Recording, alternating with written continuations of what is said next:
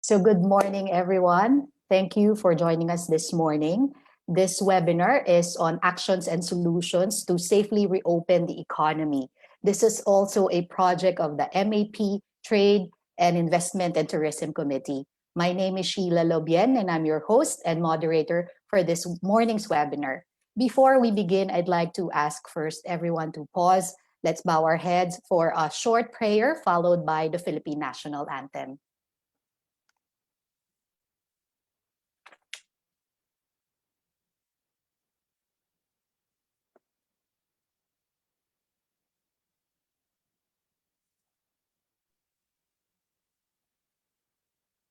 Sheila, please read the invitation. Oh, our most merciful God, we come to you in our weakness. We come to you in our fear. We come to you with trust, for you alone are hope. We place before you the disease present in our world. We turn to you in our time of need. Bring wisdom to doctors, give understanding to scientists, and endow caregivers with compassion and generosity.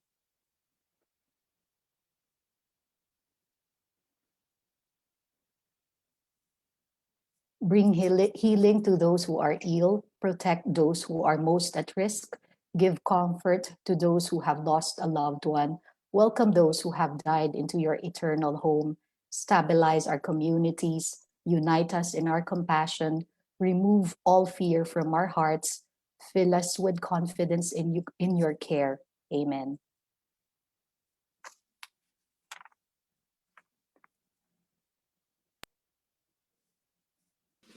Mga kababayan, ang pambansang awit ng Pilipinas. Kayang magiliw, dalas ng sinanganan, alam ng puso, sa dikit mo'y buhay. Lupang hinirang, tuyag ka ng magiting, sa manlulupin, di ka masisigil, sa nanagang tutok sa simoy at sa langit ang pangaw, ay hinatang tulang awit sa paglayang minamahal. Ang isang ng matawad mo'y tagumpay na nagtitingin, ang bituin at araw niya kailan ang may di magdidilim. Lumang ang araw ng walang pagsinta, buhay langit sa piling mo. Ang ligaya ng pagkay mga amin, ang mamatay ng dahil sa'yo.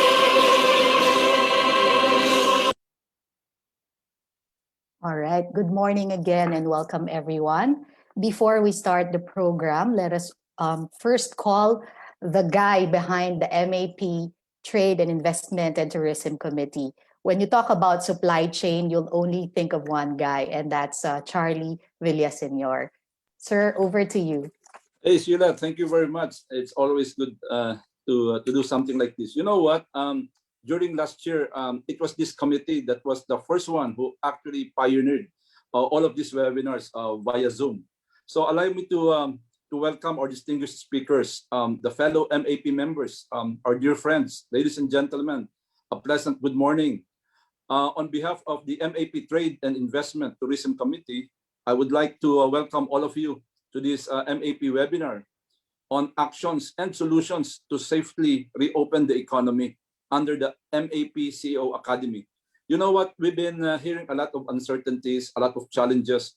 So we thought that in the trade committee, we should actually start listening and deliberating on what we could all do. We are all integrated in all of these industries because of the supply chain that brings us together along this particular path. But in today's webinar, we will be enlightened by our speakers on their insights and recommendations. They are the ones leading and championing the respective industry. Particularly, we've selected in particularly the retail industry, which is most important to us, and also the BPO industry, and more importantly also the tourism sectors. I know that summer is about to come, you know, in a month or so. So we may be actually looking forward for getting out of our confines in our offices or in our homes particularly. So we need to find ways to safely restart these particular areas. Today's event is the first MAP Trade, Investment and Tourism's Committee series of webinars for 2021.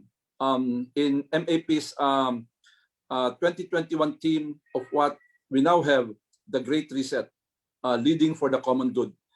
Our subsequent webinars will delve into topics like the following, among others. First, we thought that it's going to be very important to look into the readiness of government and particularly businesses for digitalization to improve trade and business operation. This will be done in partnership with the MAP ICT Committee as well. Second, we want to actually look for more updates on LGUs in terms of business permits, tax payments, and other business concerns. Because things are really evolving and these areas becomes a certain concern for several of us operating our companies. And more importantly, also is the supply chain resiliency and risk management for sustainable trade and investments. As you can see, supply chains wasn't talked about, pre-COVID, but when COVID hit, everybody was looking into supply chain as the most important key enabler for their enterprises. The MAP Trade, Investments and Tourism Committee will continue to work with the Procurement and Supply Institute of Asia, which is I'm very much involved also, together with the MAP Supply Chain Management Project. So we have this group who actually take a look. Our objective is to promote the importance of supply chain management to business sustainability among MAP members by encouraging them to join the series of educational sessions that PASIA is working closely with MAP. We had one, I guess, like a few weeks ago, wherein we actually focus on vaccine supply chain. And we plan to have several series of updates as this thing actually evolves and affects our lives and our businesses. As part of this project, we will also share our expertise with the appropriate government authorities. I myself is representing MAP with the cold chain logistics task group. And we're actually having weekly meetings. And I'm actually on my 4th meeting since we were actually invited. So the next meeting will actually happen this afternoon. So we really plan to provide inputs, and we have been really providing very direct and specific inputs to this particular task group. So please monitor your email and Viber inboxes for the details of the forthcoming webinars. And again, thank you one and all for joining this webinar. Keep well and keep safe. Over to you, Sheila. All right. Thank you, Charlie. I can feel already how busy we will be in the next few months with so many activities that we have lined up for everyone. So again, this morning's webinar is under the project of the MAP Trade and Investment and Tourism Committee. This is also a joint project with the MAP CEO Academy. And the goal, as shared by our chair, Mr. Charlie Villaseñor, is to continuously update everyone on what's going on in the vaccine management, health protocol reinforcement, and the mobility transportation issues to safely reopen and prop up the economy. So before we start and give you the Power Pack presenters that we have this morning, as shared by Mr. Charlie Villaseñor, we have chosen 3 speakers who are captain in their fields, expert in what they do, from the tourism industry, the BPO industry, the retail industry. All of these are pillars of the Philippine economy, and what's happening in their industry will really give us an overview of how things are moving forward in the next few months or years to come. So let me give you our first panel, our first speaker, Ms. Rose Ong. She is the current chair of the Philippine Retail Association, or PRA. She's also a member of MAP. We will not be reading a lengthy, bio of our speaker. She's already very famous. We will just show you the highlights of her profile, which is already up on screen. And with that, welcome Ms. Rosemarie Rose Ong. Thank you for joining us. Thank you, Sheila. Thank you for your very generous introduction. And I'd like to, thank everyone. I'd like to thank MAP for inviting the PRA and myself. I'm also a member of MAP. And it's nice to be, sharing the screen with the movers and shakers of different industries. So I'll start with my presentation now. So I will just do some sharing. Let me know if you can see can you see it now? Yes, we can see it. Okay, good morning again. I'd like to thank Management Association of the Philippines for inviting me and the Philippine Retailers Association to speak in today's MAP webinar, dubbed as the Actions and Solutions to Safely Reopen the Economy. This is a wonderful opportunity for us to share with you as an association, our fellow industry partners and nation builders, as I've said. I'm sure all of us, we have very similar experiences in being caught off guard in this very unprecedented and unexpected event, no? And I'm really looking forward, not just sharing what I can share, not just the insights that I can share, and of course the development in the retail industry, but I'm looking forward to learning from all of you today, no, on how we can help in contributing and countering the negative effects of the pandemic in the industry where we are, in our economy and our society as a whole. We all know that this is a world phenomenon, and even the big economies are also affected, no? So it's been a year since the disruption of the COVID-19, and that significantly changed our lives, no? It was really a tough year for all of us. But now I'm glad that there's hope, no? I'm very hopeful also, and I'm sure all of you, in knowing that developments are coming through in solving the biggest challenge that we've ever faced in so many years, no? So aside, of course, from the increased capacity that we've done for us to be able to thrive and navigate this event, no, the increase in capacity of testing and, of course, isolating the positive cases from the virus since the transmission, the biggest breakthrough really is the development of the vaccines against COVID-19 virus. No, this is what we have been waiting for. I'm sure all of you since the onset of the pandemic. No, so because we know that the vaccine signify the start of the end of our war with COVID-19. No, vaccines that will help us be protected and lessen its spread, and eventually lead us back to healthier communities and, of course, to thrive in this economy. No, so recently we have seen reports on the positive effects of the vaccine on some developed countries that have already inoculated a big part of their population, no, of their people, no. We've seen countries like the U.S. Slowly their cases are dropping. I think they've inoculated more than 5% of their population already. UK as well, who's really the first who did the vaccination, and of course Israel. I think 97% of their population is already inoculated, no. So this is good news, and we hope that we can roll out the vaccines here in the Philippines, no. Of course, all of you are excited. Alongside with this global developments, I'm sure you know that the government's also doing something. They're also planning and trying to regulate, and they've set the priority list of whom to be vaccinated. No, so apart from the impending role of the vaccines here in the Philippines, we all have we also have the Bayanihan Heal as one app that help us recover, no, that help the economy recover, not just for our industry but of course other industries as well, no. This has been enacted to, of course, expeditiously respond and combat COVID-19 pandemic, no. Moreover, we also have the Create Bill, the corporate recovery tax and incentive that is now for signing with the president. This aims to help the businesses as it will lower taxes, provide incentives and other tax reliefs, no, to SMEs, no. All these are in place, and we are, of course, we are all united as we take this road to recovery. Hopefully, with this, we can all together, bounce back. No. So, what are the PRA advocacies and collaborations? No, to share with you. Again, as I've said, we cannot do it as an industry alone. We have to, we're all interdependent. No? We have to support each other. We have to help each other. And I really commend Ma for doing this, no, inviting different industries, no, for us to talk about what we can do, no, to help our economy, no. To share with you, the PRA have been working and collaborating with other associations and government agencies, no, in addressing the issue. And of course, the adverse effects of this in our industry, which is, like Sheila mentioned, we're also one of those hardly hit, no? Although there's still some resilient sectors in our industry, no? Those that are in the essential sector, no?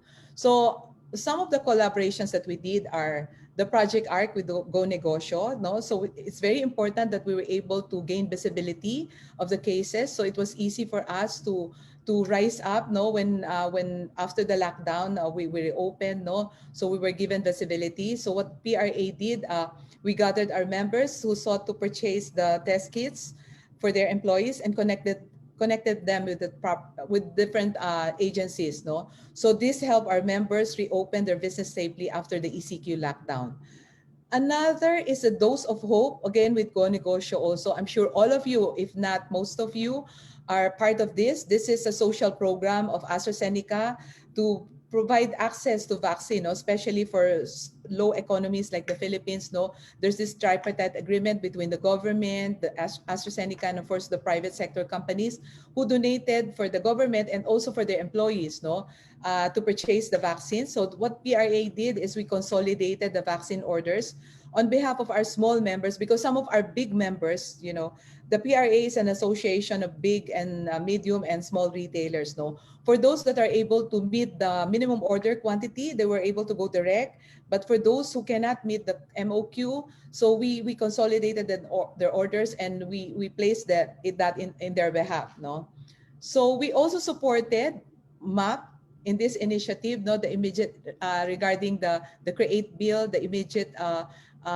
passage of this bill. No, so we're one of those. So we believe that in working together with industry partners, as I've been saying, no, this is very important, and also with government, so we can quickly solve the pressing matters in reopening our economy while keeping, of course, public safe and public safety, which is the most important, no, because we need to consider also that this is a health emergency. So we have set in place some sustainable solutions. All of you, I'm sure all of you, all your businesses know that will not only help the economy, but of course provide and protect public health as well. Okay, so to continue on, in order for us to achieve public trust and confidence, no, of course, all of us now are very eager to reopen the economy. We're still in GCQ. We're expecting that by next month will be, but I've been hearing other, I guess the Philippines is the longest. We have so many versions of Q. If each LGU would have different versions of Q, no? ECQ, MGCQ, whatever Q you call them, no? So we're all very eager to open, and we do not want, of course, even if we're eager to open it, we do not want to compromise health and safety, no? So by now, we have seen that the health and the economy are interdependent, no? So one cannot live without the other, no? This is a health emergency. And a healthy population, I would say, leads to a productive and a strong economy. And of course, having a thriving economy helps us establish, better healthcare system for the nation. No? So that's what we've seen in other countries that have high cases. No, they get overwhelmed, and even their healthcare system also suffers. No, so we do not want that to happen in the Philippines. As we now slowly work toward recovery, it is important for us to ensure public trust and confidence. No, because as it is now, even if we're on GCQ, we can see still some of our countrymen, our fellow countrymen, they're not that comfortable going out yet. No, they're not that confident going out yet. No, because of, because they're all afraid to get infected. No, so although current data shows that the risk of falling ill to the virus is acceptably low compared to before, no, compared the months of July. That's why, if you recall, in August, I think they impose a stricter GCQ, or what do you call it? More strict community quarantine. No, so compared before, we are now more careful. Everybody's cautious. No, we're stricter also in following health protocols whenever we are in public places. So to further ensure public trust and confidence, we must improve the country's public health capacity in mass testing. It's a continuous effort for all of us, especially in retail. So because our people are, very exposed every day with the general public in providing their needs, for their food and whatever needs they have, like all the retail frontliners, no? So we have to increase our capacity in testing, our contact tracing, that's very important also, and providing enough supply of face masks and PPEs, no? Face shield, strict implementation of the minimum health protocols.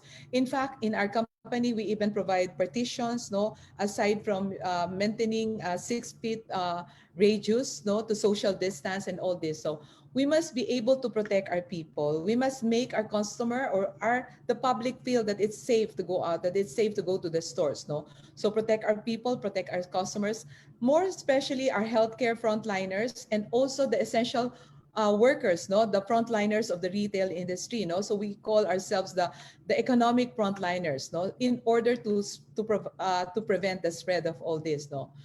As we wait for the arrival of the vaccine, everybody's talking about the vaccine now because we feel that this is the only way for us to move forward, no? So it's very important also to disseminate proper information, intensify the information campaign about the vaccine, about the benefits of the vaccine, that the risk of having the vaccine is lesser than the risk of having the virus, no? Which will be of great help in convincing majority of the Filipinos who have different views about vaccine because of the political issues in the past, no. So they need to be inoculated so that we can protect our nation, we can protect our people, so in order to lower down the cases and eventually reopen our economy, no. So recently the PRA appealed to the IATF. So we were very active, going to different platforms to extend to us, no, as frontliners of the economy, the priority vaccination. Because as we see, we are in the least priority. I think we're number 10, if I'm not mistaken. So we are the frontliners really because we are facing the public every day, no. We are exposed to the general public as we provide their needs, as we provide food supplies and everything, no. So we believe that including retail frontliners in the essential workers category will not only help the protection of our workers and the customers as well, no, but also will help the economy. It will increase consumer confidence. People will feel safe, no? They will feel safe and at ease in shopping. It will also maintain the business operations of our, of the retailers, and it will provide, definitely it will provide and give more jobs to retail employees, no? So a lot of our workers, they were displaced, either they were on furlough, some of them reduced hours and all this, no? That really impacted our workers, no? So we all know that the Philippine, as what Sheila mentioned, is a consumption-driven economy, no? And for us to recover, remember during the lockdown, our economy, we were negative last year because of the lockdown. People were not able to buy as much, no. It's a good thing that some of our retailers are very creative in channeling their products into different platforms, no. So for us to recover, we need to create and provide more jobs and put money in the pockets of Filipinos so that consumption can commence again. So if we stimulate the economy, like if you it will stimulate everything, no. Like if you buy food, it will stimulate agriculture. If you buy clothes, it will stimulate manufacturing further. It's a domino effect, no? So to fuel the economy, we need to boost also and protect the supply chain. I hope I'll give justice to this because we have an expert here in the forum, no, Mr. Villasenor. So for us to bounce back, we need to fuel our economy and support our industries. Prioritize, of course, sectors like manufacturing, which contributes 22% of our GDP. And of course, the retail sector, which contributes 20% of the GDP in the Philippines, no? For us to resume our business operations, we need to improve our ability to place safety protocols effectively, adhere to list minimum health standards, and protect our employees, no? And also protect the workforce and the supply chain, which is very vital for the industries in order for us to stay afloat during this very challenging time. Some companies adapted to work from home situations so that they can serve their customers. Some companies, especially the retail frontliners, no, they cannot do work from home. So what we did is we reconfigured for some of our members, we reconfigured and redefined our workplaces to ensure a safe working environment for all to adhere to that social distancing measures, no. In fact, it was reduced capacity for retail, no. So previously, if you can accommodate, let's say 100, for example, 100 customers, now it's going to be reduced capacity because of the reconfigured workplaces or reconfigured store spaces, no. So this really pushed many business leaders to think on their feet and rethink new strategies and solutions to cope and adapt to the new normal, just to be able to put their products into the market, no. So like for supply chain, people have, all the retailers, they found creative ways on how to connect to their customers. We all know that the community now became the center of everything, the center of commerce. And then some resorted to going to different platforms such as social media, just to be able to sell their products, just to be able to put it, in the consumers, no. So what is the new normal now in retail? For us in the retail sector, of course, we leverage on technology. We are lucky because prior to COVID, pre-COVID, we were already discussing about the fourth industrial revolution. And that's really very timely for all of us. It's only COVID virus that accelerated our, our digital initiatives, no? So for us to continue and thrive in this business. I'm sure you all know this, no? The pandemic really accelerated the growth of e-commerce in the Philippines. According to data from the DTI, there has been a surge, no? As I was saying, what we did in the previous years, we did it only in a few months in retail, no? There's a surge and increase on the business name registrations, mostly for SMEs, no? They want to legitimize their businesses, no, like what I mentioned, those marketplaces. If previously we have the modern trade channel as the mall, we aggregate all the different suppliers and vendors into that place. Now we have the space, no, having all these different aggregators, invite all these different suppliers in the space, no. So it's both place and space now. And there's a surge now on business registration. Can you imagine 4,853% change, no? So it's 4,853% times, no? So the surge really happened during the months of ECQ to GCQ that is from May to August. Okay? So most retailers, especially SMEs, had to be more creative, as I've mentioned. No? They have to be innovative, they have to be savvy, they have to adapt to the new normal. We were very quick to shift to online selling, no? So we've been hearing about omni-channel strategies of some big retailers because they still don't want to, go away from their brick and mortar platforms. Like for example, Wilcon. I'm sure you're familiar with home improvement. We're very strong with hard lines. When you talk of construction, hard lines, these are hardware items, tiles and all this. And the consumer wanted to have that feel and touch. They want to have a look of the item before they make a decision, because these are something that you don't just buy on impulse. You have to make a decision.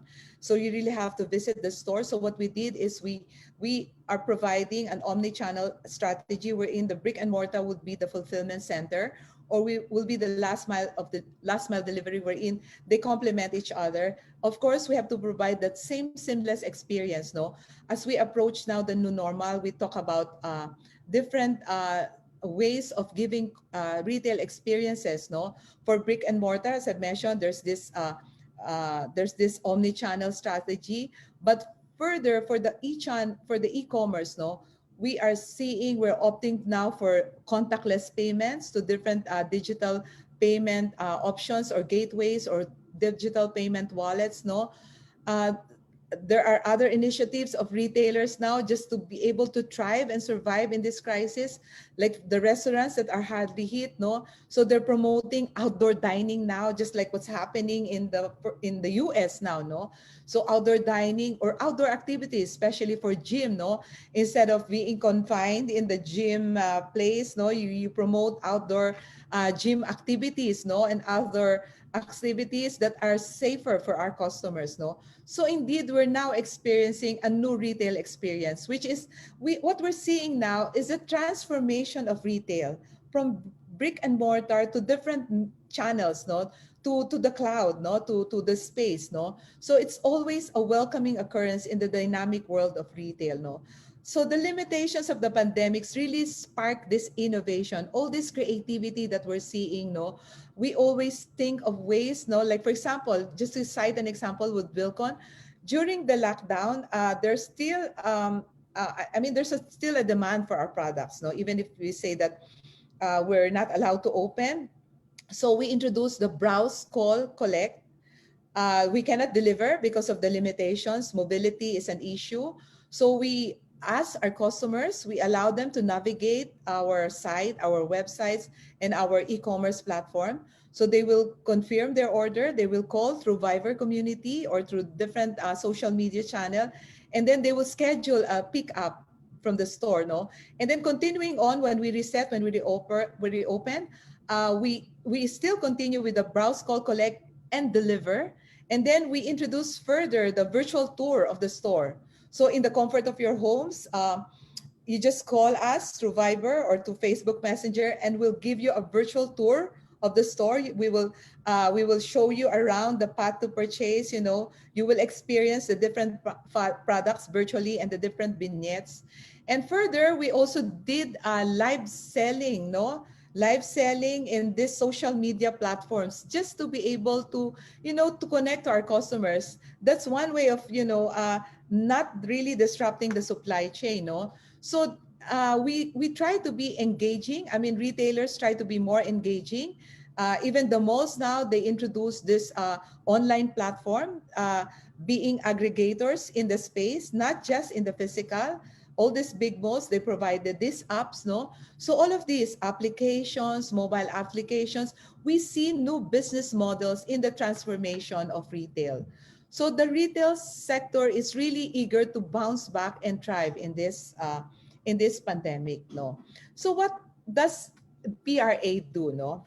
As the association that represents the retail industry, we do our best to help our members adapt quickly to the changes of the pandemic, no? So to the changes about the pandemic, no? In response, we shifted to, you know, PRA is very strong with in-person conferences, all this. I'm sure all of you are familiar. We have these forums, breakfast forums, and every now and then we hold face-to-face, no? Engagement. However, we in the PRA understand the call of the time, so we introduced the virtual platforms to provide our dear members, which MAP is also doing, no, seamless learning opportunities to help them chart the unprecedented paths, and of course to respond to the new normal, because a lot of our SMEs, they're not prepared. Even the big ones are not prepared, no, but we're helping them through the virtual learning series, no. So the virtual learning series, these are made possible through Zoom, of course, through Zoom, and we have a very big followings, no, with more than thousands of registered participants. And then we also have the Thought Leadership Series. This is another event wherein we partner with technology and innovation companies, no. We invite them to talk about how to navigate this new normal in retail, no. And then, of course, to provide inspiration, we have Let's Talk Retail podcast, wherein we tap all the, all the inspiring leaders in our industry, those from, let's say, Ayala Malls, Kevin Tan of Mega World. We invited, some international players like those from IKEA, and all this just to provide inspiration. So we also help our members to stay relevant and informative by providing them different publications and informative drive to guide them in their decisions, on how to thrive in this. And when we reopen, I hope they're all prepared. So we have the Philippine Retailing Magazine, we have the Philippine Retail Digest e-newsletter, we have the PRA advocacy circulars, and then the government issuances and advisory, which is very important to them. For them, no? And of course, the COVID-19 Solutions Directory. For the year, we aim to continue with our programs and activities as we take the road to recovery. We're also looking forward to launching new programs for our members. We plan to launch the PRA Retail Executive Session. This is an exclusive C-level session that features the latest developments, strategic insights, and discussions about valuable research and studies on business impact on retailer. And of course, what we did is we invited learning partners, no? Furthermore, we are also excited to present the National Retail Conference. This is the biggest retail expo that we launch every year, no? So for this 2021, it's going to be virtual. It will be available in the digital platform. And of course, we will still continue to provide exclusive and relevant content. We invite global industry experts, no, because we really learn more from them, no. So we engage them in insightful sessions for us to future-proof our business and moving forward to thrive, no. So for more information on the NRCE and other PRA programs, you may contact us through our website. In conclusion, and of course, to end my talk on a positive note, I guess the only way for us is to remain optimistic about the new possibilities and, of course, the new realities ahead. Developments and solutions are coming in, as what I've said earlier. And we only need to work harder together and be more united so we can rise and recover as one strong nation. Of course, we must continue and strengthen our best practices, learn from each other, like what we're doing now. I'm sure I will learn more from our next speakers, no? Learn about the best practices in managing and mitigating the adverse effects of this pandemic. Okay, so let's support each other, empower each other, protect our people, our industries, so that slowly we can recover and we can reopen our economy. And again, I thank all of you and I wish everyone good luck and of course, good health to all of you. Thank you very much. All right. Thank you, Rose, for that very comprehensive discussion and presentation on what's happening in the retail industry. You know, it's very close to my heart, and I'm sure many of you, a lot of women and men out there, they love to shop. And the Philippines, back in the pre-pandemic times, we love to go to the malls. That's why in the Philippines we have a lot of malls compared to Europe and US. So thank you, Rose, for giving that update. I'm sure there will be a lot of questions later on. Please type in your questions. We won't be able to ask you to directly ask the questions to the speakers, but later on, kindly type your questions in the Q&A button that we have here. So that later on, they can address all the concerns that you want to know regarding the specific industry that they will be presenting this morning. Okay, so let's call our next speaker. Our next speaker is actually, one of the, I would say, one of the biggest pillars of the Philippine economy, the BPO, the outsourcing industry, currently at what, 26 billion US dollars and growing. And, a lot of Filipinos are in this industry. The last 20 years, we've seen growth in the outsourcing industry.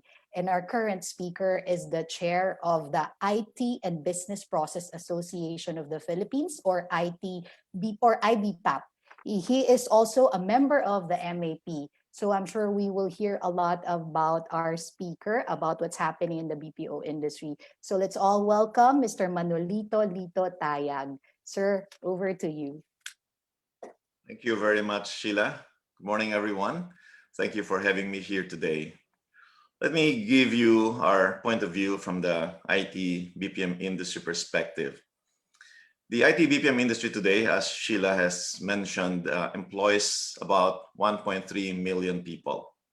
So let me state at the outset that I believe the biggest contribution of the IT BPM industry towards safely reopening and revitalizing the economy is the retention of jobs and the creation of more employment opportunities moving forward. Before and during the COVID, we have always aimed for the IT BPM industry to be one of the biggest generators of jobs, one of the largest export industries and sources of foreign currency, among the largest enablers of countryside development, and among the biggest contributors to inclusive growth. Beyond COVID, we continue to aim to make these contributions even more. When the pandemic hit and quarantine was imposed almost 1 year ago, our focus was on our people and our clients. The safety, of course, and the well-being of our people was our topmost priority. We needed to look after their personal safety as well as their professional needs.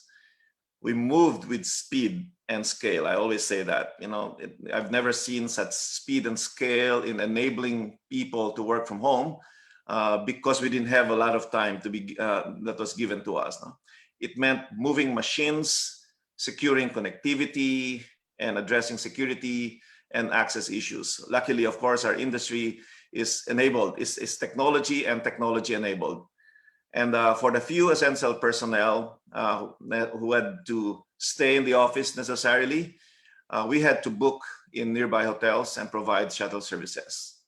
But we also had to ensure that our people were both physically and mentally prepared to continue working. And in ensuring our people's safety and enabling them to work from home, this allowed us to continue servicing our clients with the same high performance expectations that is required of our industry. At the same time, we knew that our people cared deeply for our communities, including the medical frontliners and others. And so we had to find a way to support our people's advocacies while doing our work remotely and virtually. This is the progress of the industry over the past 1 year at varying levels of quarantine. Please do take note where we started. At the beginning, at the first months, 50% of our people were not productive. And slowly we moved with speed and scale to be able to make as many of our people, to enable as many of our people to be productive. Today, the industry has more than 95% productive. What that means is that we have kept most of the jobs. We have kept most of the employment for majority of our people. This is very important, of course, as I said, because this is really our biggest contribution to the economy and to the country for that matter. And I want to call out that this was achieved by collaboration among the many stakeholders of the Philippine IT BPM sector. And this includes our government agencies, PEZA in particular, and Department of Trade and Industry, and even the Department of Labor and Employment. And of course, our partner industries, such as the telcos, who enabled a lot of the connectivity at home. Whereas before, it has always been our connectivity in the office. Now we had to do it and at the connectivity for our people at home, where, as we always say, the home has become the new workplace.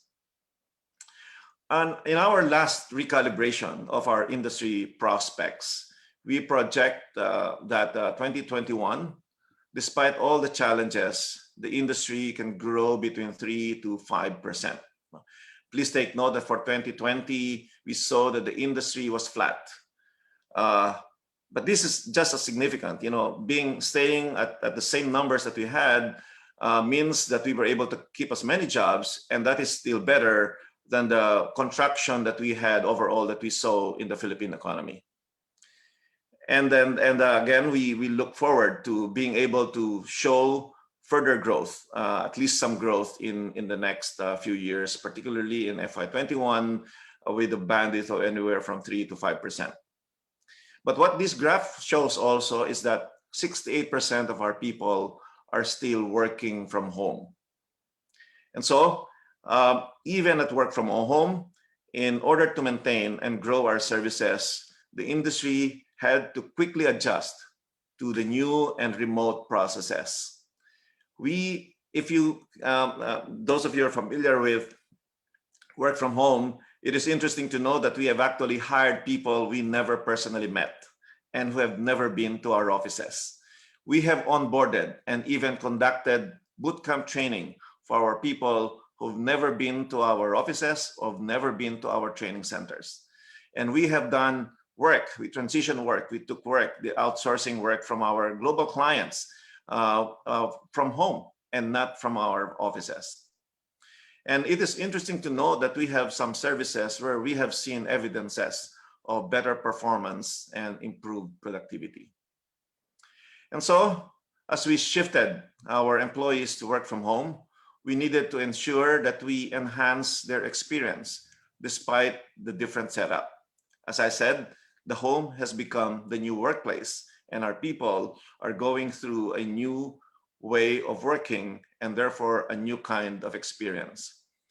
The fact that this arrangement extended for 1 year, and we think it will continue to be so in the near term, require us to continue to focus on this employee experience of work from home. Home technology and enablement were critical in order to remain productive and also to remain connected with our clients and among us with our people. It is very important that the health, both mental and physical, and the well-being of our people continue to be our priority. At the same time, I always say that we have to realize that there has been a change in culture and engagement. You know, our workforce is a young workforce. Our average age is probably in the mid-20s or 27, somewhere there. And their best friends are from the office. They go out, you know, on Fridays with all of their best friends. And so these are the kinds of things that are not now available with their new workplace at home. And so we had to address the gaps and the differences of working from home. And at the same time, corporate citizenship, or what we call CSR, continues to be important for our people. And we have to support them in their advocacies. And we needed to look also after our communities. You will see here the very specific examples of what we have done and what we continue to do as our employee continue to work from home. As I say, these are the changes in the experience, in the work experience of our people while working from home. Some examples that I want to call out, you know, the home is not necessarily the most conducive place to work. So we can do the least we can to make it conducive. We send our chairs from the office to the homes, for example. We initially, we gave them packet Wi-Fis. Later on, we tried to upgrade them to wireline connections and maybe fiber connections. And we have seen a number of typhoons come our way in the last year. And so we had power became an issue at some point. And so we had to send even power packs, no? Or backups or UPS to our own people. On the culture side, we had to find a way to create engagement with our people. Our in-person town halls are no longer available. So we had to create new virtual town halls, but hopefully just as interesting and just as engaging. And we have to create other activities that will continue to support the engagement of our people. Health and well-being continues to be very important. And what we have seen, I think this is true as well for the rest of our economy, is that mental health started to become an issue as well. And again, as I said, because of the shift in culture. So we provide mental health support for our people, including health campaigns. No? We provided the counseling sessions. And of course, we have to activate a virtual healthcare support in terms of teleconsultations on calls and also home services where it was appropriate. And on the corporate citizenship side, it was very important as well to provide a form of outreach for our people. Let me cite a very interesting event or a program that we created in Accenture. We had what we call a CSR program called Workout to Help Out. This is doing your exercises for your own health and then matching it with a corresponding donation to our favorite charities. You know, this particular employee giving program for our people had by far in our history in Accenture has secured the biggest amount of contribution from our people. Of course, we match it with our own Accenture money for our giving, but the ones that was donated, the amount that was donated by our people was unprecedented in our history of fundraising from our people. And all of that said, is that all of these benefits were brought about to our industry. Let me call them out. And again, these are in varying degrees. These are just some ranges or examples. No? We have seen increased productivity, as I've said, for some people who are working from home. We have seen reduction in absenteeism, maybe because they didn't have to be absent when their child had to go to school or to attend a program and many other things. No? We have seen reduction in attrition. it could also be partly because there were not many other employment opportunities. But the point is, our attrition has become a lot better during this pandemic. And we've seen some reductions where it was appropriate, of course, where we didn't have to pay all the utility bills for our real estate and all the telecoms in the offices. But on the other hand, we had other expenses, the connectivity for our people at home, as well as maybe some other expenses which are not normal in our normal processes. And it's interesting to note that there are some these benefits also accrued because our people didn't have to spend 2 to 3 hours of traveling to the office. And at the same time, as a technology-enabled industry, is that we were able to use better and newer collaboration tools to help in the engagement of our people. As we slowly but safely reopen our economy, we know that this new reality, is that a hybrid workplace model will become the norm. These models are actually globally driven, and the final configuration is dependent on our client requirements. Some models will consider employee preferences, but many of our employees are still not comfortable with a return from home. And just as important, these new models are actually addressing some competitive pressures. For example, big India-based companies today have declared that they will bring back no more than 50% of their workforce to the office. And so we know that very few will go back to the 100% to the office, which is on the left-hand side, and just as few will work 100% from the office, or work from home. And so the model is somewhere in between. That said, our hybrid model of return to the office will necessarily be slow and deliberate. And in any case, our plan will have to be comprehensive and detailed, which should be guided by certain principles. No? And among them is that the safety and well-being of our people becomes still our priority.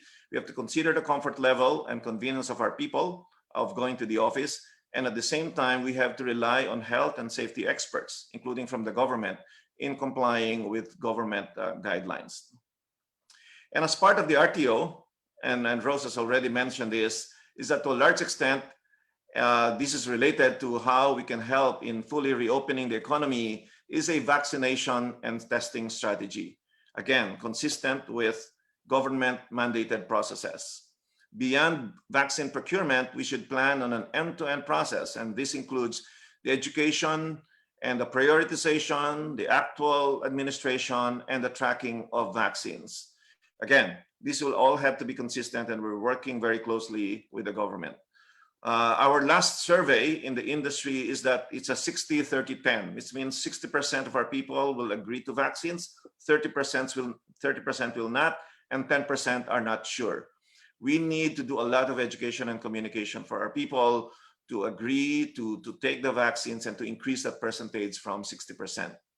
And please note that testing strategy today requires an adjustment, based on the vaccination strategy. How often do we do testing without the vaccines? And then how often do we do testing with the vaccines? And then when do we repeat it, for example? And all of these are necessary to bring back some of our people, if not of our people, back to the office, and also to create some confidence, of our people going back to the office. Therefore, reopening the economy runs parallel to the future of work in our industry. And as we finalize workplace models, we ensure our employees remain engaged and energized, and we boost our employee confidence, consequently contribute to consumer confidence. In the process, I always say a very important outcome for us is that we retain employment and we provide opportunities for growth for our people. And we have said many times that the safety and health of our employees are our priority, which in turn support the growth of the business and will make a difference in our communities.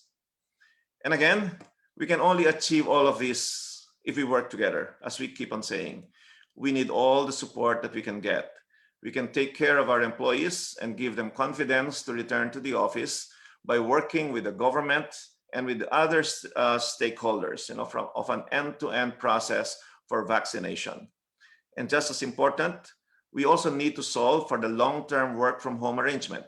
This is important for our people. This is important for our industry to continue to be competitive. And as we continue to take care of our people and our industry in this new reality, it is only when we work together that we will be able to rise above all the challenges that I have just mentioned of these difficult times.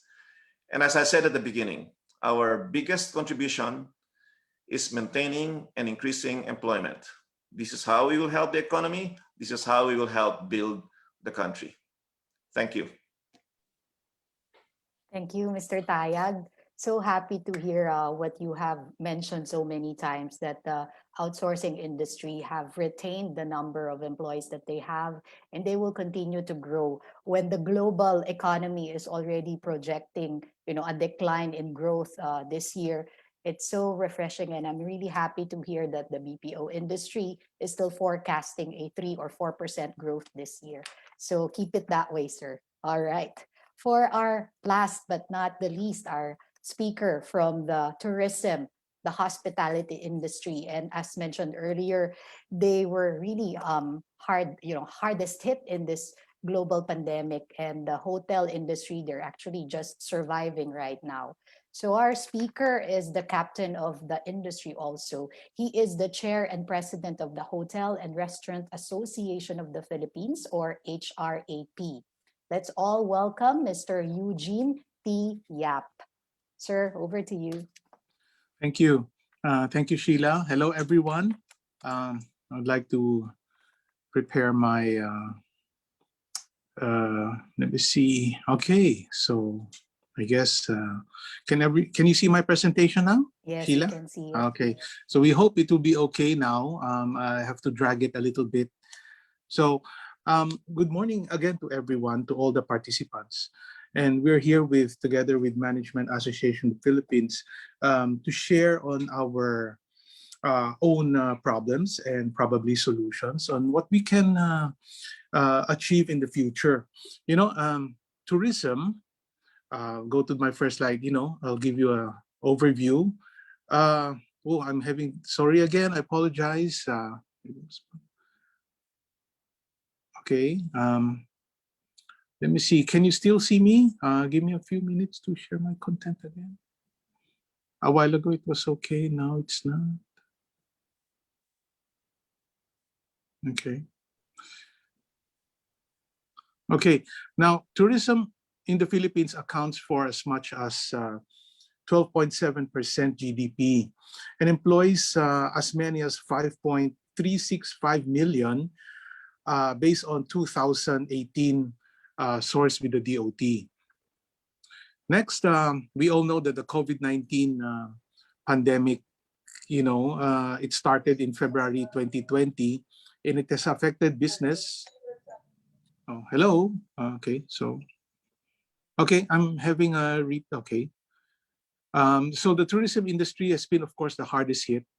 It has affected businesses around the world. Next, I'll see business closure in the Philippines, and of course in many establishments around the world had to suspend operations. Oops. Attorney Eugene, can I enter? Yes. Can we use our file? We're able to convert your file into PowerPoint, so we'll just control the slides from our end. Okay. I think that would be great. All right.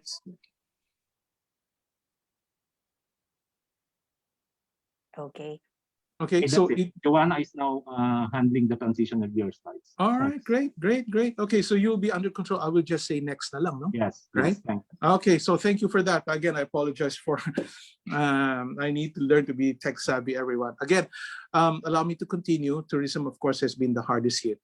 It has affected businesses around the world. Tourism, of course, in the Philippines, it accounts for, again, 12.7% and employs more than 5 million employees. So you see how much devastation, or let's say effect, the tourism effect has been. Next, please. Okay, again, we go back now. So many of our hotels and businesses in the Philippines, of course, around the world, has to suspend operations.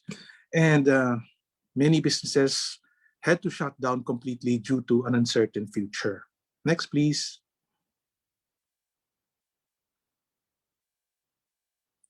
Okay, so there are many restrictions. The most devastating, the most serious restrictions we have are border closures.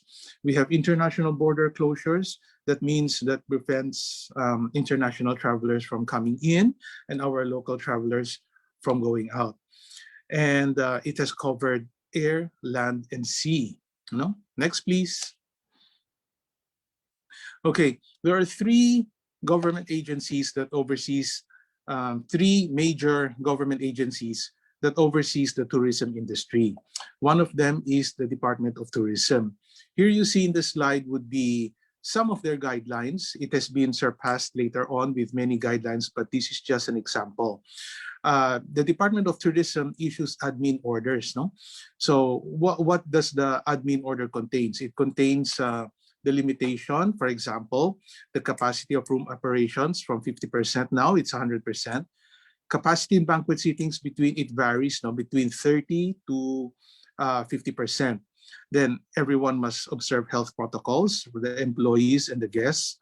Hotel transports are limited to 2 passengers per row, and guest rooms layout to include sanitizers. You need social distancing, even inside the rooms, no? And dividers will have to be installed. And breakfast buffet, of course, have been converted to packed meals. This is to lessen, shall we say, exposure for the food exposure, and everyone to be lessen exposure. And then we have the encouragement to have contactless check-in and check-out, including payments. Next, please. Okay, another one major government agency, of course, Department of Labor and Employment. They make sure even during pandemic times that we have here during crisis, that labor standards are still being observed. Next, please.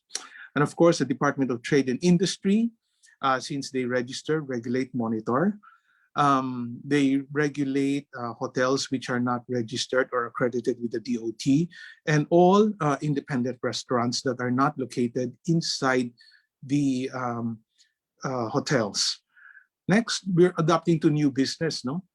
Trends in the new normal, or that we are expecting. Everyone has to go digital now. As we can see here in the slide, we're using Zoom. We're using different kinds of e-platforms to connect. Okay, next, please. Okay, next we have e-gadgets like computers and mobile phones. The pictures just disappeared because I don't know what happened. So anyway, e-gadgets, computers, and mobile phones, everyone needs to have one, because that is the medium for us to connect to everyone. Then a lot of people, including the hotels, have been going to online channels, including social media, to sell their wares. And of course, the rise of the home services, as we can see, to deliver our goods. Restaurants, we have Lala Move and Grab Food, for example. And some of the retail outlets are using Lazada to sell their items. Now, next, we need to open for business immediately. So there is no best time to open for business but today, right now. As you can see, President Duterte has declared GCQ to maintain. This was the slide that I got from last year. But we encourage a lot of businesses, or in our own restaurants and in restaurants and hotels, to immediately open. Now is the best time to open. So we hope that we can open as soon as possible for the economy to get going. And this slide will show some of the examples that we are awaiting. Vaccinations. This is what everyone has been talking about, even the two wonderful speakers that we have, the vaccinations. And the benefits, why we're looking for the vaccinations in the hotel industries, because our medical frontliners will be protected. The Department of Tourism offers free vaccination for tourism frontliners, and it will give more confidence in the business transaction. Now, if everyone is inoculated, then people will fear less. Now, the tourism expectations, we have many Philippine destinations are opening, especially Boracay, our gateway to the world, of course, the tourism. Boracay now, and Baguio also. On the left side, you can see there will be a boom for domestic tourism because of our big population. We have around 110 million Filipinos now. The Philippines has the most number of capable domestic tourists in the ASEAN region. We expect 2021 year as a year for domestic tourism rise, and year 2022 for the revival of international tourism. Okay, everyone has learned to be frugal. Business will now have to be more adept. Things will not be the same. We cannot expect to go back to pre-COVID times.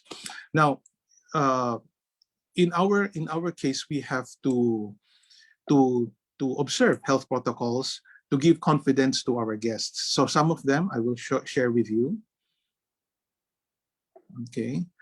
We observe health protocols. As we can see, whether employees or guests, they will have to have a temperature check. Everyone knows about this already.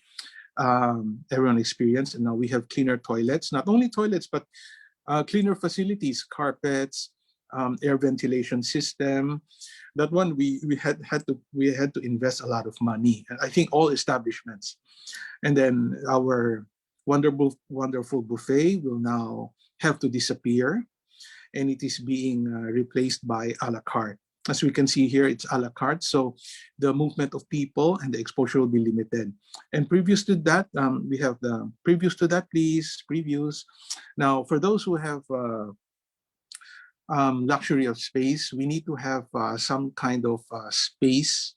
We need to have some kind of space as a measure of social distancing for those who can afford.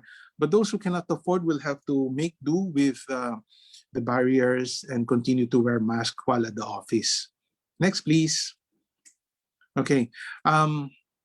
Even in the hotels where customer service is very important, we still have to observe health protocols. And one of them would be the barriers, the face mask, of course, and the face shield.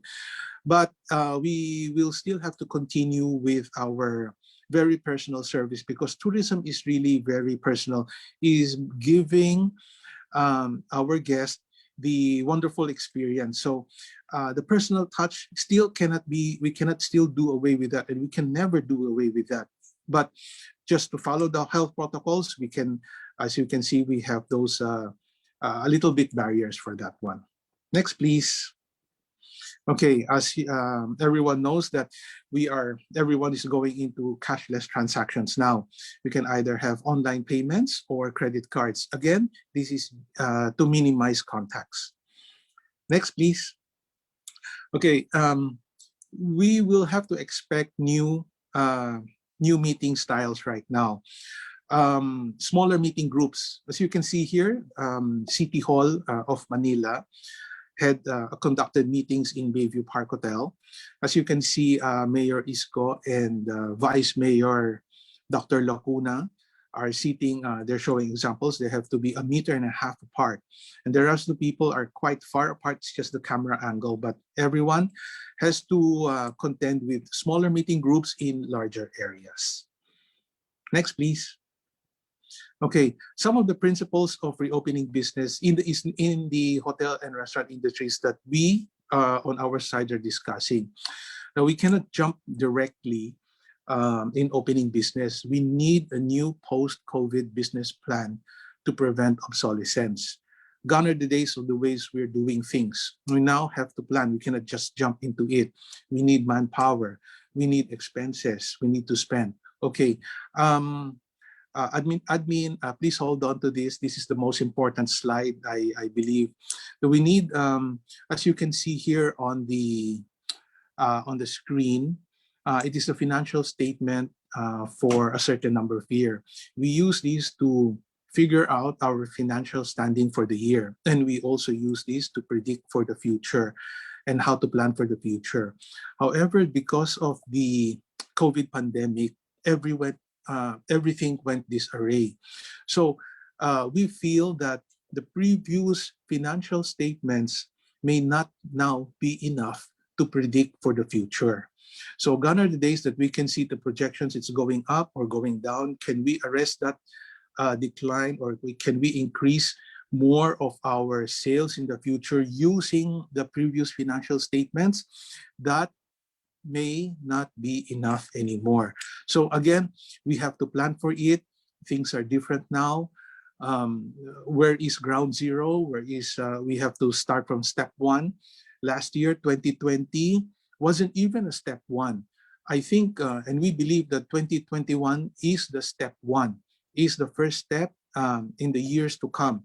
And for the previous one that we have learned, I guess that will not be enough anymore. 2020 would be more of a fire drill, calamity drill that we have now. Things may be expected to stabilize in 2021, year 2021, and years to come. So we can still use this to assess our financial standings, but to predict the future, the financial statements may not be enough anymore. So next slide, please. As you can see from this slide, we have a personal touch in visiting our guests. Our ladies on the left side and on the right sides are physically visiting our clients. This picture was taken 2 years ago in 2019, but 2020 and 2021 and beyond, this may not be possible anymore. So you need to get special appointments, and again, the receiving clients may not allow us to visit their offices anymore. So there will be a lot of difficulty. If it's an old account or a familiar account, then there might not be much of a problem. But for new accounts, for us to show our let's say services and facilities to the clients, when we reach out to them, it will have much difficulty now, but we are adapting to it. We're still going around with it, so we call them ahead of time. I guess we call them ahead of time, and we observe the health protocols, what the buildings or the receiving clients would impose, and on ourselves also. We have to take care of our own people also. So all of us follow health protocols from on the shall we say visiting end and on the receiving end of the clients. Okay, next slide, please. Okay, this is what I show to the accountants. No, where should we apply a cost reduction? But eventually, we have to put a cost reduction. There will be no business that will not apply a cost reduction. So where should I first apply cost reduction? The joke is in areas where no one's willing to reduce expenses.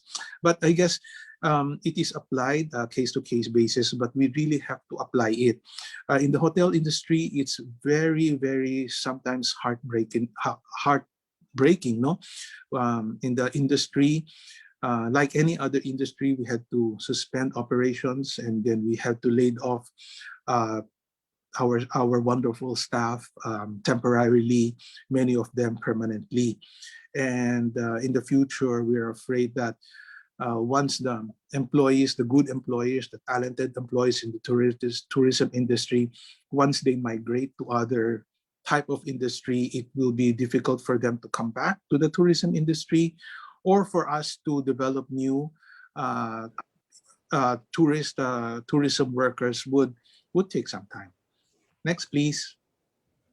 Okay, the next principle why we need to reopen the business, because we have to protect the interests of our investors. The investors, the one giving us the capital and the opportunity to do business.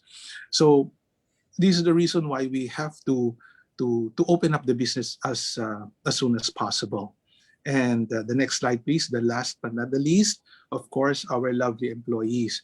They are the foot, the arm, the legs of the business industry. Without them, there will be no business, because they're the ones helping us. So we owe it to the employees to open the business. And of course, we owe it also to ourselves, as we are the employers and the employees and the one being benefited at the same time. So again, thank you very much. This ends my slide. Thank you very much to Management Association of the Philippines for allowing Hotel and Restaurant Association of the Philippines to share our insights in the tourism industry. Thank you very much. All right. Thank you, Attorney Yap, for that holistic overview of what's going on in the tourism hospitality industry. So this morning, the floor is now open for question and answer portion. As shared earlier, you may type in the questions in the Q&A button that we have here. We will not be able to ask everyone to ask questions, so let me just read them for you. And our speakers, panel of experts this morning will be answering them. So let me start with the first question. All right, so this is for Rose. Rose, you mentioned, pre-pandemic, the metric for malls operators, they want to see the foot traffic, right? Higher foot traffic means more people will go to your store and will buy the goods, the items that you have. Since now is a different world, it's the new normal. You mentioned about conversion rate instead of looking at the foot traffic. So maybe you can expound on that. I think that's a good gauge right now. Yes, yeah, we know that, most Filipinos, if not all Filipinos, they find going to the mall as their, I would say, pre-COVID, everybody wants to go to the mall for leisure, for everything, because everything's centered in the mall. All services are there, dining in, meeting with friends, socializing. It's all in the mall. So foot traffic is really very significant. It's really the metric for for measuring the success of a business, no. And a lot of the businesses, they all located in the malls, no. Now, post pandemic, I would say it's really more of adapting to the changes in the behavior. We all know that a lot of the people now are afraid to go out. No, even if we're on GCQ, not everybody's still comfortable going to the mall, going out. No, except for they're going to destination places. Like for example, in our case, Wilcon, I would say we were just lucky because we were the resilient sector of the retail industry. No, so basically, what people are doing now is that they will go out on purpose, on a, let's say they have a need, no, unlike before they would go window shopping, basta just going to the mall. I guess the call now for all retailer is to convert. It's really more on the conversion, on how to convert this minimal foot traffic, this challenge foot traffic, convert them into sales. No, so what we're seeing now is that you have less foot traffic, but the conversion rate is higher because the visit to the store or visit to the mall is really essential. It's really on purpose. There's really an intent to buy. So I guess that's the call for all of us to make that retail experience, again, as I've mentioned, seamless, frictionless, because we need to social distance. And of course, create innovations and strategies on how digital transformation, which is the inevitable now. It's an inevitable development in most industries, not just in retail. No, so we have to tap that. We have to innovate. We have to create ways on how we can complement each other. We can complement both place and space. That's good. Thank you, Rose. So captured market right now, those people who are going inside the mall are really there to buy and shop, Yeah, to not buy to and shop. do window shopping. So that's great news for all the retailers out there. All right. We have so many questions right now. Let me read the first one. This is for Mr. Tayag, the outsourcing, the BPO guy here. Are we seeing new companies from other regions, countries who are looking at the Philippines for their shared service centers? Any new investors for the BPO industry? So they want to listen and hear good news from you, sir. Any new companies who are interested to put up shop here in the Philippines? And if you can name them. Unfortunately, I cannot. But as I have Okay. alluded in my presentation, we see some growth this year. And it's a range anywhere from 3 to 5%. And what's interesting is I cannot name the companies, but I think it's important for us to understand what sectors are poised for growth. Initially, the industries, the IT BPM sector is composed of 6 subsectors. No, that includes the call center, the in-house centers, the shared services that was asked in the question. We have the software side. We have the health the health management side, we have the game development and animation. So 6 subsectors in the industry today. We've seen in the last recalibration, we see some growth in all of those sectors, including the in-house centers, or what we call the shared services that we have. So and is it coming in? We're seeing some growth, both for the existing ones and also for new ones. Unfortunately, I cannot name some of those companies today. I just wanted to point out that in the initial recalibration, we thought that the IT side, the Philippine Software Industry Association, was going to contract. But more recently, we were having discussions with the president of the Philippine Software Industry Association. So even that sector is seeing some growth for our industry. So we're guardedly hopeful that we will continue to be able to see some growth as we go through 2021 in this industry. That's still good news, sir, no? So new companies and all the existing ones will still grow, and all subsectors are really growing. I think the health industry also, those BPO servicing the healthcare businesses are doing well right now, right? And that's actually one of the biggest growth areas that we have. Okay, so the healthcare, IT, And we have and a all whole those related to subsector there e-commerce. called Health Information Management Association of the Philippines, the HIMAP. Okay, that's fantastic. So any growth, news about growth is always good to hear, especially in times like this. Okay, let's go to the next question. All right. So the president has, sorry, for Mr. Yap, there are certain types of parallel service work that supports what hotels offer that cannot be done online. So for example, food service, janitorial, cleaning, lobby entertainment, events, etc. That for sure were reduced or removed due to the pandemic. Do these parallel services have a future in the hotel industry? If so, how does the future will look like? So very interesting question. You mentioned, sir, that the tourism industry is very high touch. No, you have to see the clients, the people. You have to make them feel welcome. But today we can't do that. So, your thoughts, sir, on that matter, Attorney Yap. All right, thank you. Tourism is very, shall we say, is really a destination service. The tourists have to go to that area. You cannot do tourism in, shall we say, internet or television. That can do for a while, but everyone wants to have that wonderful tourism experience. You have to go to a beach, or you go to have to forest to enjoy the surroundings, or even you have to go to an urban surroundings, to enjoy the facilities. No, so we know that tourism has taken a setback for many months now, for almost a year now. However, we're looking forward to 2021 to see if the domestic tourism, and we believe that domestic tourism would be the answer. Now, for the parallel services, or attached services like, say, janitorial that you mentioned, or other, we want the economy, not only hotel and restaurant industry to open up, but all types of businesses, no, to open up, because the more people have jobs, the more people the economy opens, the more people would patronize tourism, because you need money, of course, and resources to visit these destinations. So it's more for us to push. So it's just a wheel, the business wheel turning. So if we push, we know the resources will come back to tourism, and then we push out to other tourism. Our tourism workers are hardworking, as well as other industry.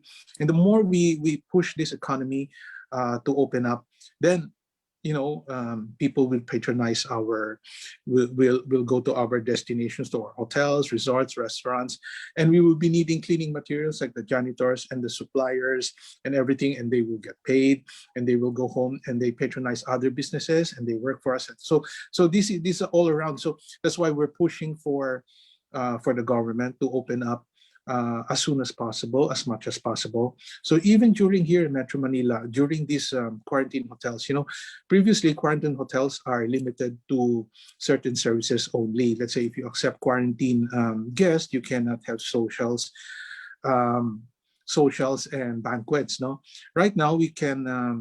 A couple of days ago, the IATF has already released, based on the lobbying of the tourism industry to open up, even if it's a quarantine hotel, that to open up, because we're following the health protocols and the health procedures to open up, and they have granted it for a limited shall we say limited capacity.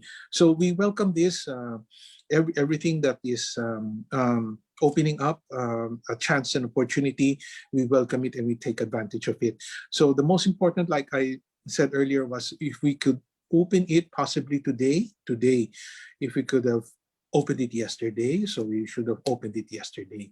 So that's it, Sheila. Hope we can open it as soon as possible. Thank you. All right. So follow-up question then, since everyone's talking about safely reopening the economy, actions and solutions, are you all, in agreement that March 1 should really be the start of MECQ? So more people will go out, more traffic. Sometimes, before we used to hate traffic. I think today we're so happy to see traffic because you know that there is work, people are going out, people will shop, Yes. people will spend. So what do you think about that, Mr. Yap? And then we'll ask the other speakers also, opening up the economy. Yeah, we hope that we push into a less restrictive mode now of quarantine, from GCQ now to MGCQ, hopefully. So that's why we are hoping for the vaccination. In the hotel industry, we made the survey. At first, there were only a limited number of people who were willing to take the vaccines, but because of our campaign, as of 2 weeks ago, it has risen to 50% of the employees in the tourism industry willing to take the vaccines. Especially right now, the Department of Tourism was very generous to offer free vaccinations to tourism frontliners. Of course, it's not anyone in the tourism industry, but the frontliners would be offered first free vaccination. So that is a good start. So it is the fear that everyone is worried about. It's the fear of infection. However, I think the fear has been, shall we say, gone down already, and then people are reported to be going out already, and then the vaccinations are coming already. So we see the light at the end of the tunnel now, and we're looking forward to it. Thank you. All right, so you agree. Okay, how about Rose first and then Mr. Tayag? Yeah, definitely, I agree. But of course, there's that conscious effort for all of us. No, we all know that this is a health emergency. That there's still the danger because we're not yet protected. No, we don't have the vaccine yet. But definitely, I agree that we should reopen. I agree with Mr. Yap. No, that with restrictions, of course, but not too restricted. And of course, maybe we should align all LGUs to have like a unified no version, not what we're seeing now is different versions from this and that. Like if you operate all over the Philippines, your other businesses would be doing well because it's not as restrictive as the others. So maybe I think the government should put their act together. They should have a unified version of the GCQ or ECQ, whatever you call it, or You're I'm confused sorry, already on the type MGCQ. of queue. And then of course, well, for retail, I guess we just need to adapt, no? We just need to adapt in the sense like if you're brick and mortar, you have to have that blended approach. And then if you're online, you have to intensify and probably enhance your online.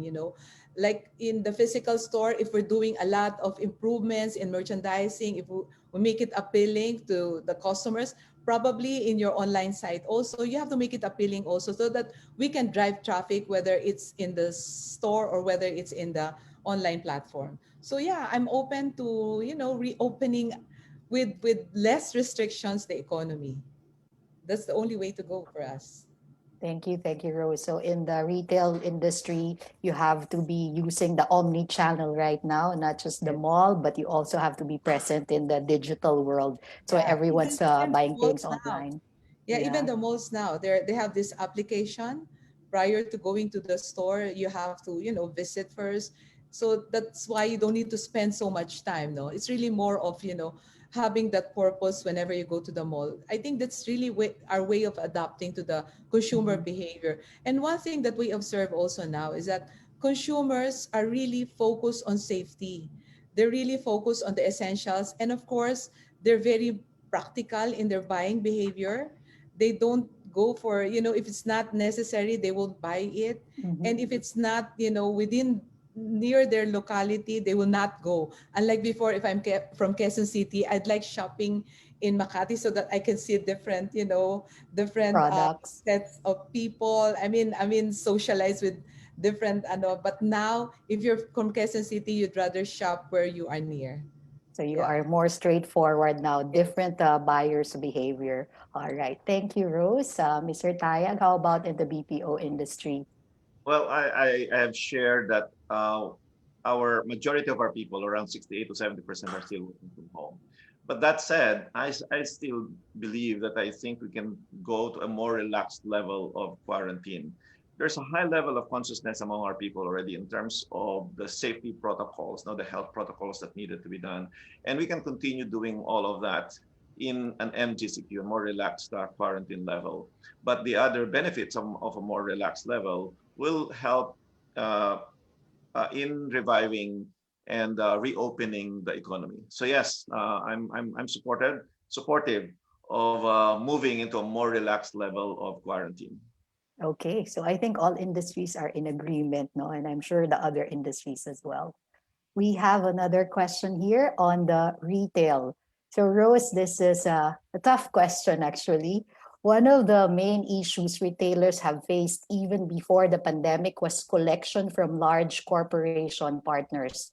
Now, these large corporations are using the pandemic as a reason on why they are more delays in payment. While many retailers were able to survive through online sales, how can retailers be protected and what can be done to enforce more fair practices by these corporations? So I think the small retailers are having a hard time collecting from the bigger ones. So probably from 30 days now to 90 days or probably more than 90 days. So how Well, can I we guess help them? I guess for us to survive, you have to revisit your business model. Like for, let's say, if you're purely retail, that's really the way to go now for you to survive. We're just lucky, for example, for Wilcon because I would say 99%, or prior to COVID, we are 98.5% retail, and then 1.5% is institutional. But because we felt the brunt of the pandemic, our institutional are also struggling. Like these are the big developers, these are the hospitality business. So now we're down to almost like less than 1% of our business is institutional.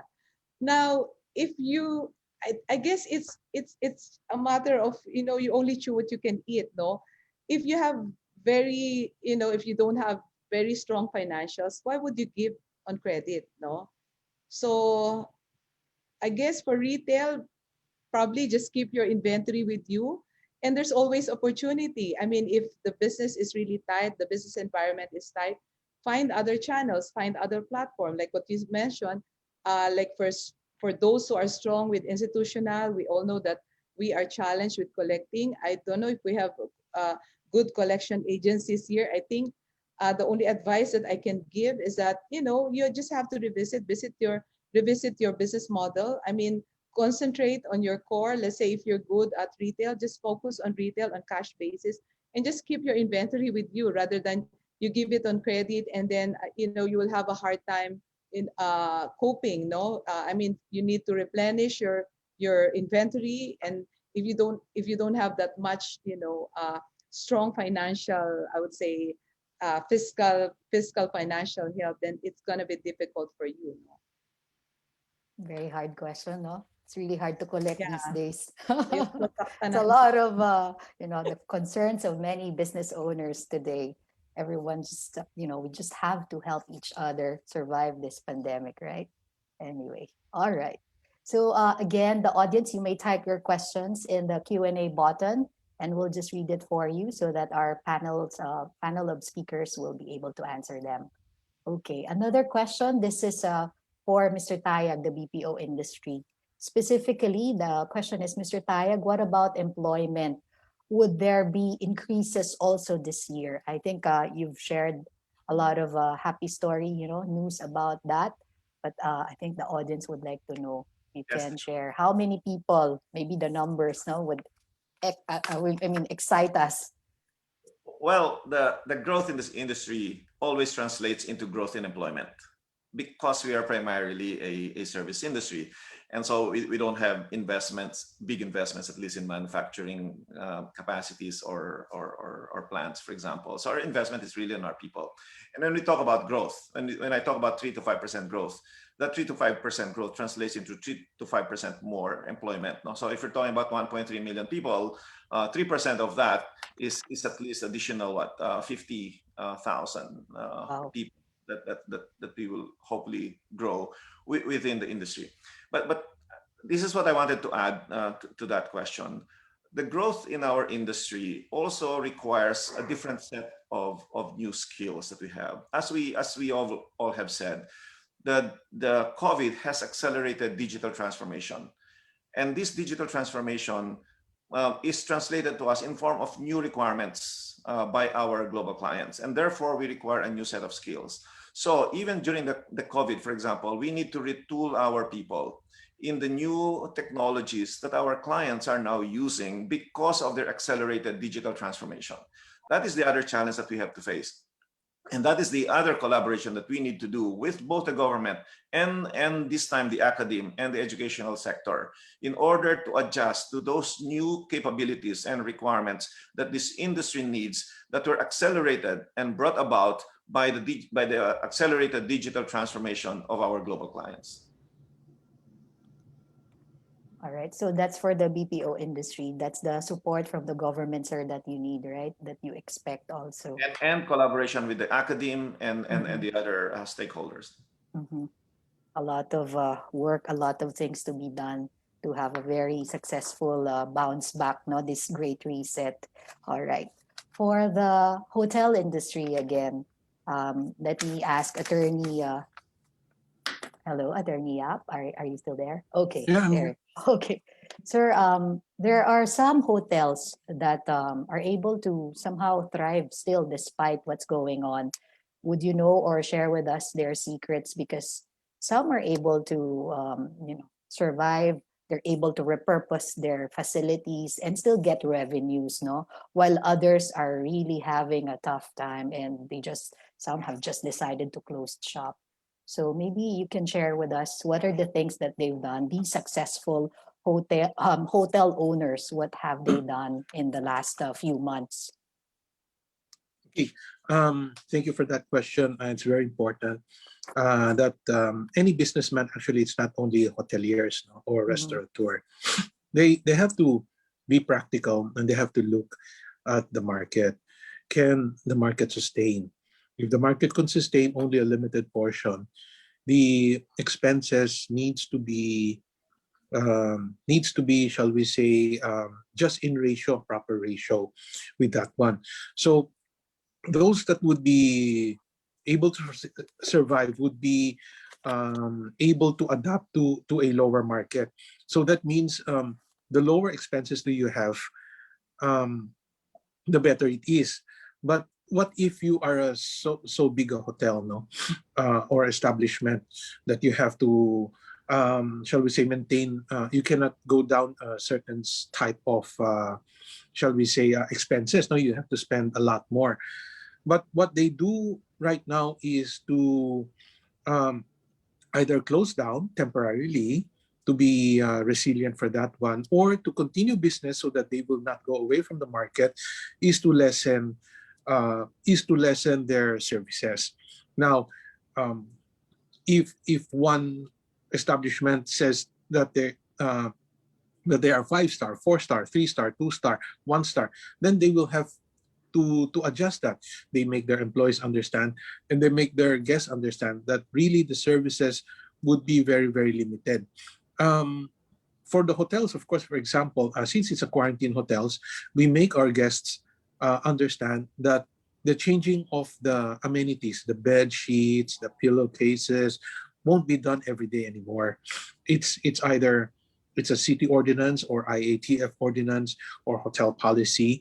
So we make the guest understand that services has become limited already. The foods will have to be served. They cannot come. They're gonna come down to the coffee shop and relax and spend some time.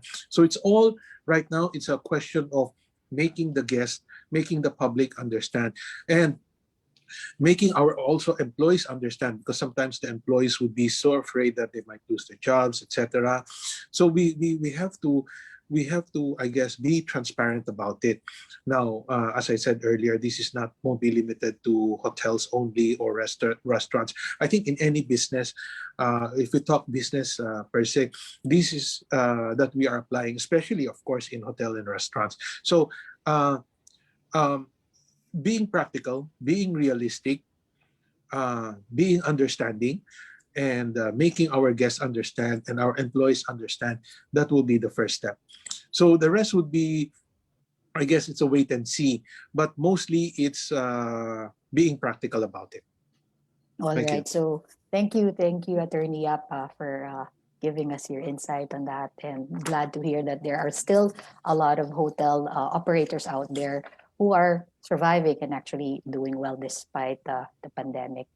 Okay, another question here from the audience. This is for everyone. The president has decided against easing lockdown restriction to MGCQ level in March. What now is the expectation of the different sectors represented here regarding their revenues for the first quarter? So are we going to adjust, go lower in terms of expectation? Probably who would like to answer that question first? Rose is smiling. Okay, for probably for Wilcon. What will happen there?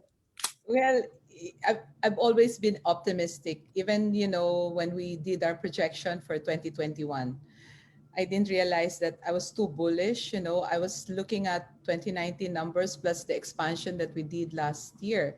Because last year, even during pandemic, we opened 6 stores, no? Mhm. So I'm still Congratulations on on. that. We still believe that we are in the essential sector, and I'm still looking at growth in the business because of this new setup, this new work from home setup.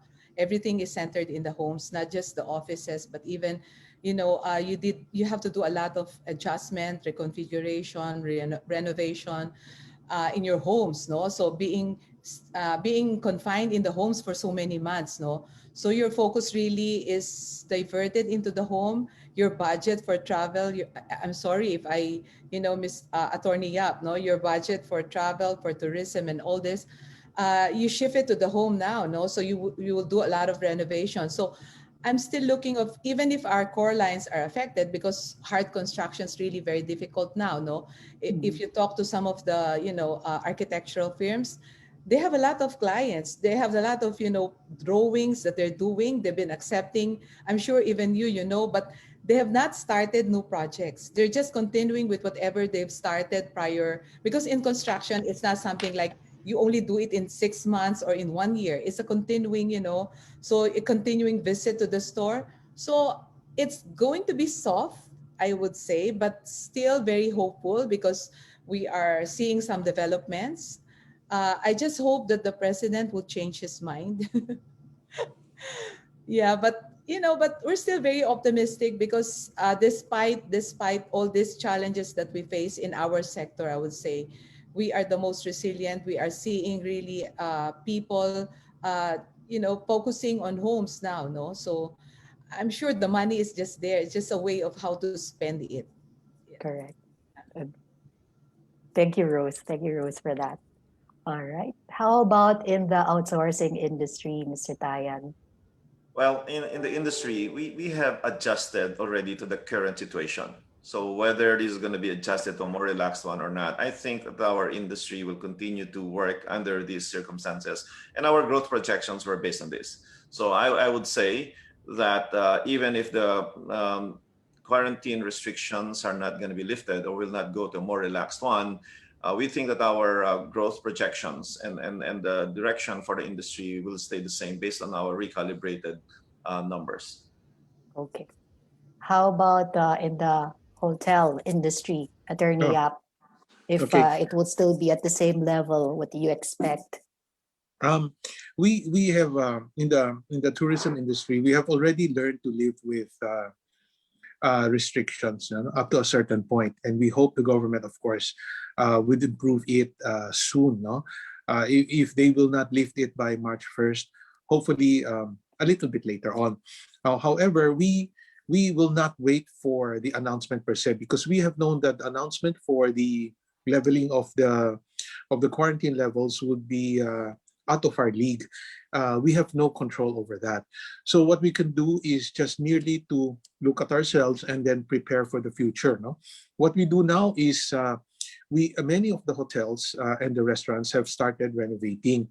I manage a Bayview Park Hotel, and we have done and we have spent so much in renovation, preparing for the new market. I wouldn't say new normal, but the new market might be that will be coming in.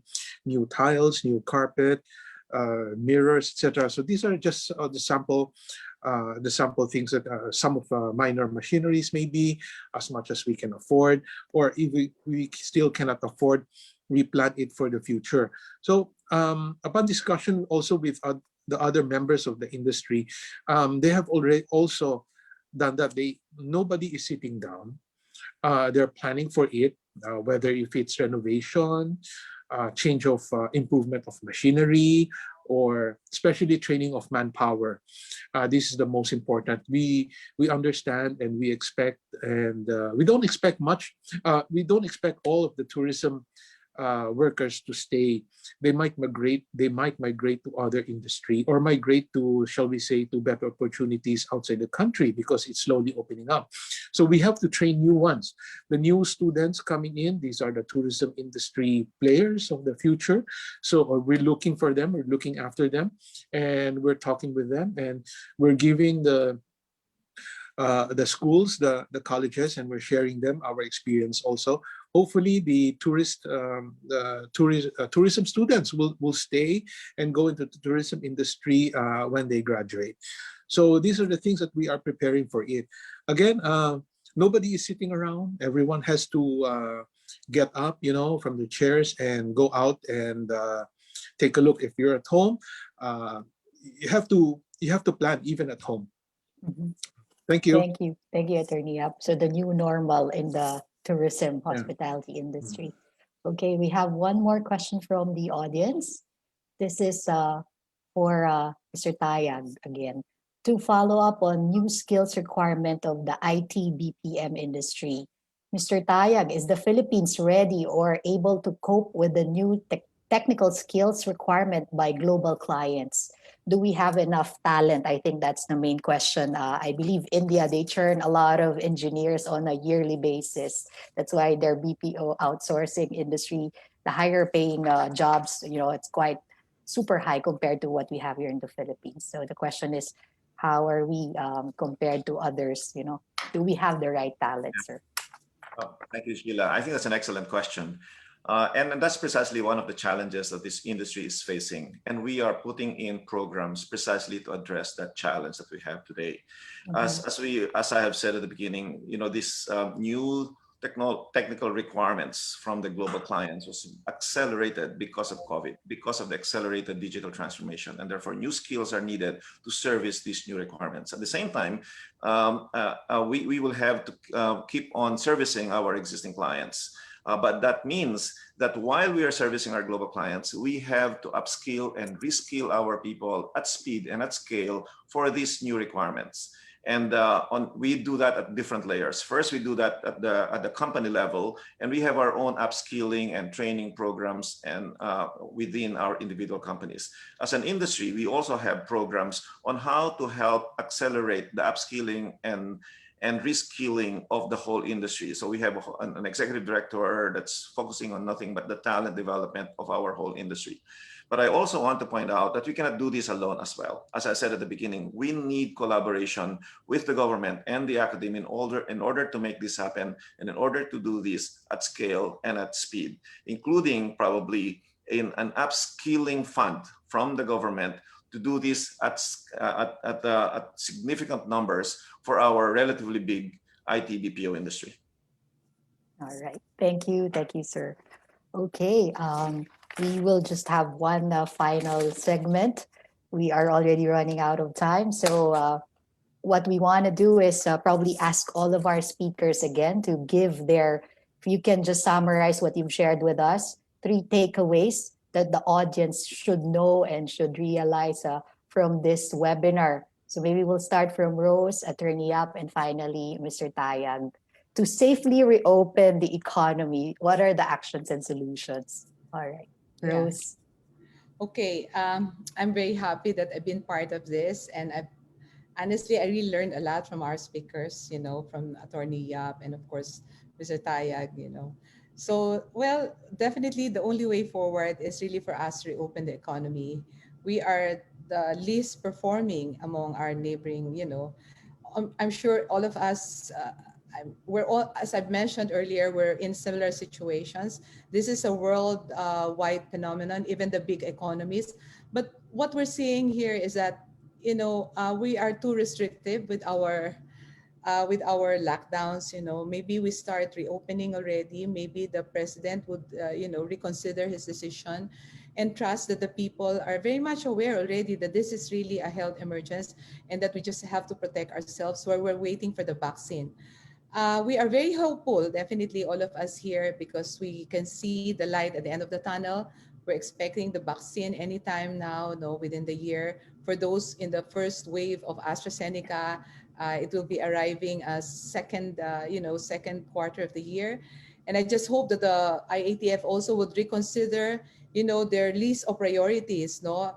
I mean, we are all here. We are all frontliners of the Philippine economy. If we want the economy to move just like the health frontliners, well, probably we can reconsider giving vaccine first to those frontliners that are helping the economy. So there's just one thing that I'd like to point out here. We are all here together. I mean, this is a very good initiative of MAP. I mean, all these associations working together, especially as we're hardly hit by this pandemic. No, so yeah, together let's all heal as one and let's be hopeful. And I hope that the vaccine would roll out seamlessly. And of course, I hope that it will be easy for the government to administer the vaccination of our population. Thank you, Ma'am. Thank you, Rose. Yeah. All right, how about Mr. Attorney Yap? Okay. Again, thank you, MAP, for inviting the HRAP. I'd like to tell the audience, do not give in to fear.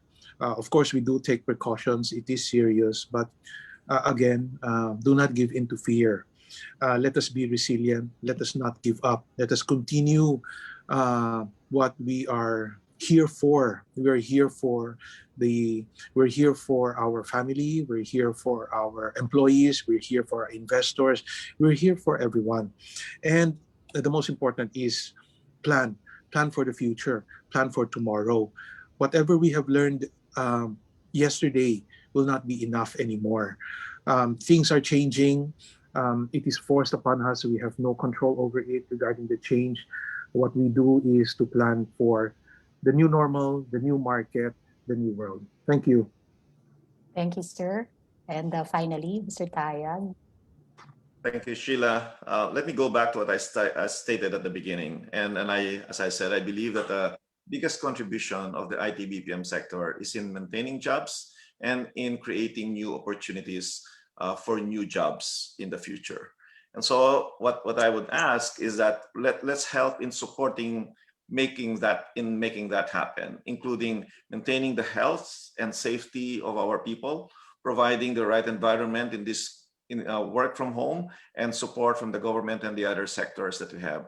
In the end, I go back to what has already been said. I think we need a lot of collaboration and support from all the stakeholders of the whole economy, not just individual industries, in order to help reopen safely the economy.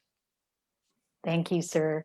In behalf of the MAP Trade and Investment and Tourism Committee, we would like to thank all of our speakers and our audience this morning. Sir, Thank you, Rose. Thank you very much. We learned a lot from all of you. You're the best person to talk about your industry. You're the captain of your industry. So thank you for your time this morning. We hope to see you in our future events. This is, as we have shared earlier, it's part of our regular updates for our members on what's going on in the industry, especially on the vaccine side. And the health protocols. But in the meantime, while we're all still waiting for the vaccine, let's all stay healthy, stay negative, diba? That's the key thing now. You have to stay negative and you have to be healthy, stay well. Please join the next MAP webinars. We have a lot in store for you. Our MAP team, they're very efficient and effective. They have so much planned, no? So much activities, and you can choose which webinars you can join. So again, good morning, Sheila, everyone. Oh, also, Charlie, all right. You want yeah, to say something? thank you also All right. for President Gigi Montinola for joining us this Sure. morning. Thank you. Good Maybe morning, if there's any sir. announcement or update, Gigi, you might want to take this opportunity. Yes. Sir, I think you're I think there. you've said it all. You have to keep the faith. In this country, you just have to keep pushing forward. One thing we're good at is resiliency. I've said in a different forum that you have to stay cool and stay focused in what you do. I think in the end, the bad news is that we've had the longest lockdown in the world. But the not so bad news is that actually we're only 6 months behind everybody in the world for the vaccine. And 6 months is not really a long time, and it gives all of you time to prepare your businesses to operate in a limited fashion. But I like actually what Boris Johnson is doing in the UK, because he has a 4-step program over something like 3 or 4 months. But it is quite thought through. No? People can debate about which sector goes first, but then people can really see the light at the end of the tunnel.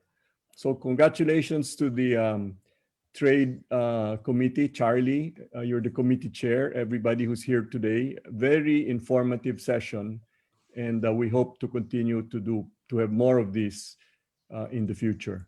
Thank you. Thank you, Thank sir. you, Gigi. Thank you, Sheila. Thank you, everybody. We'll stay cool. That's the message of our Stay cool. president. Stay cool. Keep attacking. Enjoy your lunch, everyone. Congratulations, Bye-bye. Arnold. Thank you. Very nice. Bye. Bye. Thank you.